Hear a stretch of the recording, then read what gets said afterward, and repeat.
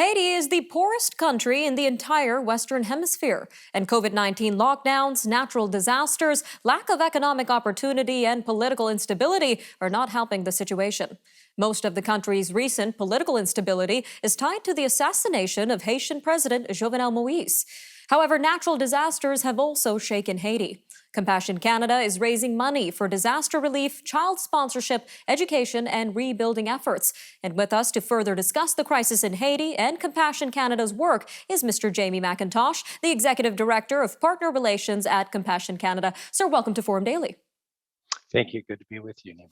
So let's start with a quick overview of the current situation in Haiti following a massive earthquake and the assassination of their president. Yeah, it's definitely a precarious humanitarian situation. We have crisis, compounding crisis with political instability. Then this massive earthquake that came on August 14th, followed quickly on its heels with a number of aftershocks, registering from 4.7 to 5.1 on the Richter scale. Then a hurricane or a tropical depression, Grace, came in and flooded a lot of the low-lying areas that had already been devastated. So we've had over 2,200 registered deaths in the affected communities, over 12,000 people injured, and there are still hundreds of people unaccounted for amidst the rubble of churches that have been devastated, government buildings that have been decimated, road, waterway infrastructures, all kind of laying in ruins. Some really heartbreaking information there, sir. So tell us a little bit more about Compassion's work in recovering from the earthquake and these natural disasters like that hurricane. Yeah, so one of the things about Compassion's model is that our staff around the world really are local to each context. And in Haiti, they have been residing in these communities, the affected communities, for decades, prior to the pandemic, prior to the hurricane, prior to the earthquake. And so are present on the ground, affected, unfortunately, some of the loss of life suffered by their own family members. But they are in that way present in these remote, hard to access communities on the ground, providing food, providing emergency shelter, child-friendly spaces for children to be safe and secure.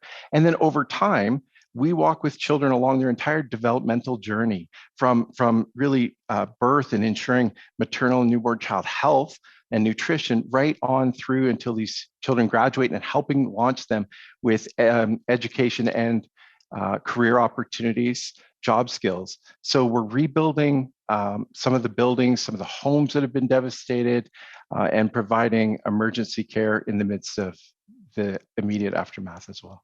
All right, sir, just about 2 minutes left here. But in addition to these natural disasters, we have things like the president's assassination, the issue of mass migration. So how are these issues impacting the overall humanitarian situation in Haiti?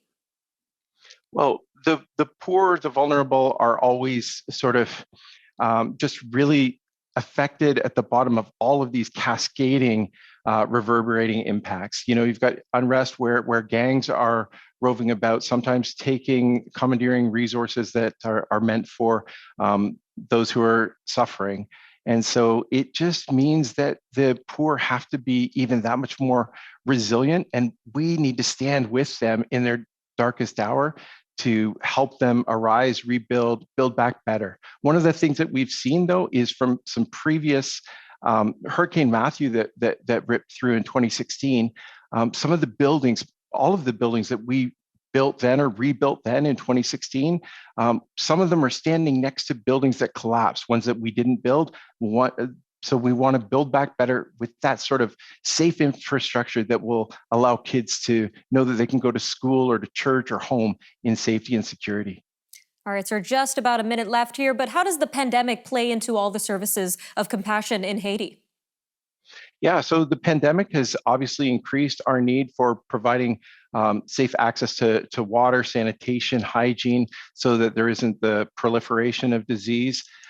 It can impede access to some communities, but and in many contexts, we have our local churches be the host center for children to come and be educated.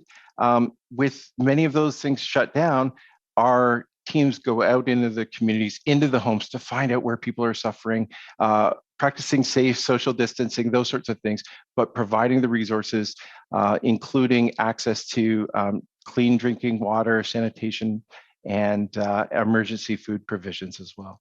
All right, sir. Well, thank you so much for joining us and sharing your message with us on Forum Daily. Yeah, if Canadians would join us at compassion.ca, they can find out how they can help contribute and make a brighter way for children suffering in Haiti right now.